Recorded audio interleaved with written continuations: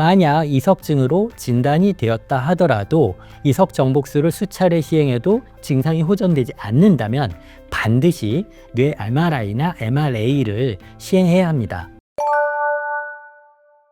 안녕하세요. 하이닥 건강전문 아나운서 문민지입니다. 지난 시간에는 우리가 어지럼증을 유발할 수 있는 질환들과 이석증에 대해 알아봤습니다. 자, 오늘은 이석증과 감별해야 될 다른 질환들에 대해서 알아보기로 하겠습니다. 이비인후과 전문의 이창욱 원장님 모시고 이야기 나눠보도록 하겠습니다. 원장님 어서 오세요. 안녕하세요. 네, 원장님 시청자분들께도 자기소개 한번 부탁드리겠습니다. 네, 안녕하세요. 이비인후과 전문의 이창훈 원장입니다. 많은 분들이 헷갈리고 궁금해하실 것 같은데 이석증과 전정신경염, 메니에르시병은 어떤 차이가 있을까요? 먼저 전정신경염에 대해서 말씀 부탁드리겠습니다. 전정신경염은 귀환 깊숙한 곳에 평형을 담당하는 전정신경이라는 곳에 염증이 생겨 발생하는 병입니다. 원인은 정확하게 밝혀져 있지 않지만 바이러스 감염이나 혈액순환 저하 같은 것들이 의심되고 있습니다. 증상은 매우 심한 강도의 어지럼증이 수일간 지속되는 경우가 많습니다. 심한 오심, 구토가 분반되며 몸이 한쪽으로 기울어지는 느낌을 받을 때도 있습니다. 치료는 안정을 취하면서 어지럼증을 가라앉히는 약물을 복용합니다. 수일간의 시간이 지나 어지럼증이 어느 정도 가라앉으면 될수록 빨리 약 복용을 중단하는 것이 좋습니다. 왜냐하면 약을 너무 오랫동안 복용하면 오히려 신경의 회복을 저해할 수 있기 때문입니다. 또한 간단한 걷기 운동이나 눈 운동, 고개 운동 등을 함으로써 전정신경을 재활시켜주는 것도 도움이 됩니다. 이번에는 메니에르시병에 대해서도 간단하게 설명 부탁드릴게요. 네. 메니에르시병은 뇌의 뇌 림프액이 비정상적으로 증가함으로써 뇌 림프관이 부어오르는 병입니다. 원인은 아직까지 규명되지 않았고요.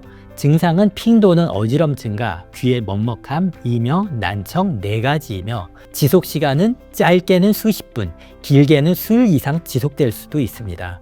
메니에르시병의 치료는 신경안정제나 이뇨제, 혈액순환 개선제 등으로 증상을 조절하고 충분한 수분 섭취와 염분 섭취 제한이 필요합니다. 피로나 스트레스 등은 증상을 재발시키는 중요한 요인이므로 충분한 휴식을 취하는 것이 필요합니다.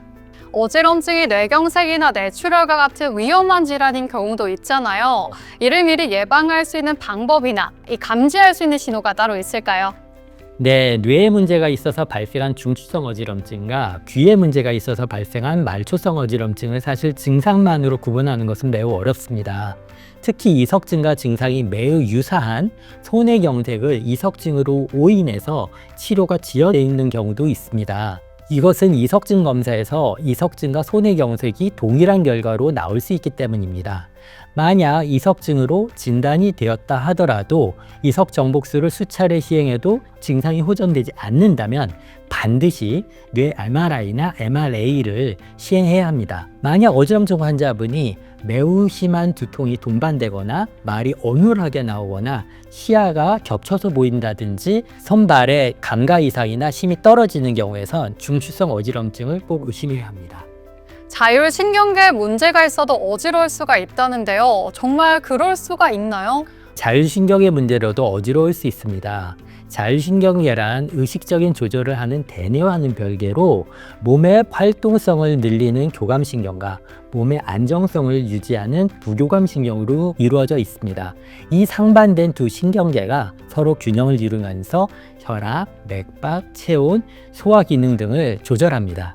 그런데 스트레스나 잘못된 생활 습관 등의 원인으로 이 밸런스가 깨지게 되면 자율신경계가 교란되어 어지럼증과 동반되어 다음과 같은 증상들이 생길 수가 있습니다. 교감신경이 약해지면 만성피로, 면역력 약화, 우울증 등이 생길 수 있고 부교감신경이 약해지면 가슴 두근거림이나 불안, 초조, 수면장애 등이 생길 수 있습니다. 이런 증상들이 있을 땐 자율신경 검사가 필요합니다. 이 검사를 통해 교감신경과 부교감신경의 균형 및 활성도, 스트레스 지수, 심장의 안정성, 기립성 저혈압 유무 등을 판별할 수 있습니다. 치료는 검사 결과를 바탕으로 증상을 일으킨 잘못된 생활 습관 등을 교정하고 교감신경이 저하된 경우에는 멀티비타민이나 알파 리포산 같은 것들을 처방하고 부교감 신경이 저하된 경우에는 멀티미네랄이나 글루타치온, 아르기닌 같은 것들이 도움될 수 있습니다. 네, 알겠습니다. 원장님과의 이야기는 여기서 마무리하도록 하겠습니다. 유익한 정보와 쉬운 설명 감사합니다. 네, 감사합니다. 네, 오늘은 이창우 원장님과 함께 어지럼증에 대해 자세히 알아봤습니다. 저희는 다음 이 시간에도 유익한 건강 정보로 찾아뵙겠습니다. 시청해주신 여러분 고맙습니다.